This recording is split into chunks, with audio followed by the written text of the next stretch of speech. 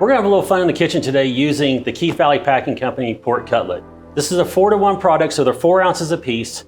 They've been ran through 3 times on the tenderizer. And as you can see, this fat cap shows you it's been cut from the pork loin. This item is very versatile across your menus, which is great. And the 3 recipes we've chosen today to show you are a pork katsu sandwich, a traditional pork schnitzel, and we're gonna close it out with a pork Milanese. All right, let's dive right in on our first recipe. Today we're going to do our twist on a pork katsu sandwich. It's normally made with a milk bread, but today we're using a sourdough. First thing you want to do is take your cutlet, run it through your pre-dip. Next, put it in your panko. Make sure to press that down really well. Get both sides nice and coated so when it comes out of that fryer, it's juicy and crispy. Shake off any excess panko, and now let's go to the fryer.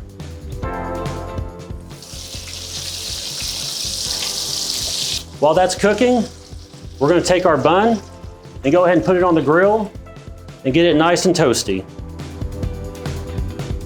Something to think about while this pork's cooking is you can season your panko any way you want. Today, we did a little black pepper and garlic, and also with it already being tenderized, it has got a quick cook time, so it's gonna be very minimal in the fryer. Once your bun is nice and toasted, you wanna take it off. Pork's ready to come out of the fryer.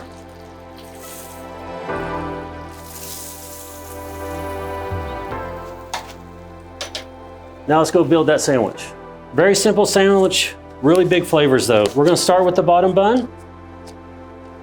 Give it just a little bit of hit of mayo. You wanna place your pork on there. Drizzle a little bit of your katsu sauce over the top of it.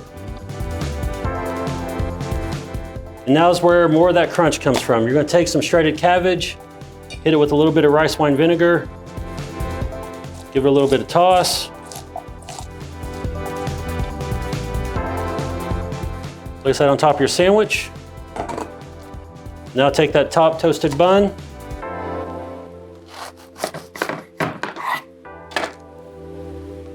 There you go, pork katsu sandwich on sourdough. All right, let's jump right into the next recipe. We're gonna do a traditional pork schnitzel with a little bit of braised cabbage and some German potato salad. But we're gonna switch gears a little bit, and I'm gonna start with the cabbage because it takes a little longer for it to cook down.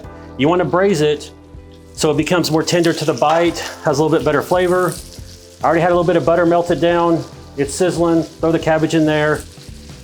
Hit it with a little red wine vinegar, a little salt and pepper. Give it a little toss. Now while that's cooking down, we're gonna come over and we're gonna do our pork. Run it through that pre-dip. Put it in that panko like we've talked about before. Make sure you get both sides nice and coated. We're gonna do 2 pieces, so I'm gonna go ahead and lay the first one there. Let's run one more through. With it being so thin and the cook time so low, you wanna make sure they get into the fryer about the same amount of time. You don't want one going, waiting on that second one. So now if they're both nice and coated, let's drop them in the fryer. Shake off all that excess.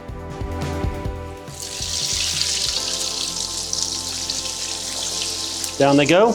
Let's go back and check on our cabbage. It should be almost there. We'll give it another little toss.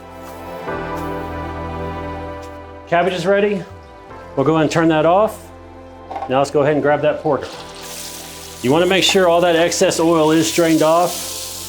That way it gives it a nice crispy bite to it. All right, let's plate it up. First, we're gonna start with that marinated German potato salad.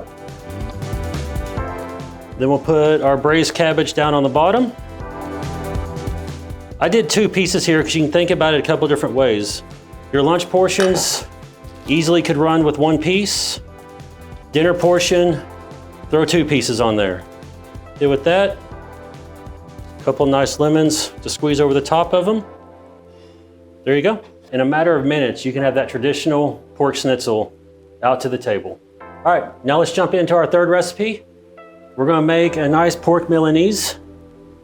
One thing to think about when doing a pork cutlet is it is a much leaner piece of protein when compared to your beef. So if you're trying to cut down on your fat intake or calories, pork cutlet is definitely something you want to look at. So, got it in our panko again. Let's drop it right back into the fryer.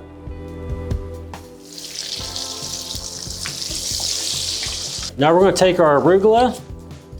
Has a nice black pepper, a little bit of a bitter taste. We're going to add a nice lemon vinaigrette. Put a little bit on there. Give it a little toss. By the time we get this finished up, our pork should be ready. So let's grab our pork and then we'll come back and plate it. Pork's ready. Remember, drain all that excess oil off. That way it gets as crispy as it possibly can as it kind of sits when you're plating. We'll place that arugula right there. Hit it with a little bit of salt and pepper. Then we'll take our pork cutlet. Slice it up a little bit. Makes it a little easier to eat with the salad. Place it right there. Finish this whole dish with a little bit of shaved Parmesan and fresh lemon zest.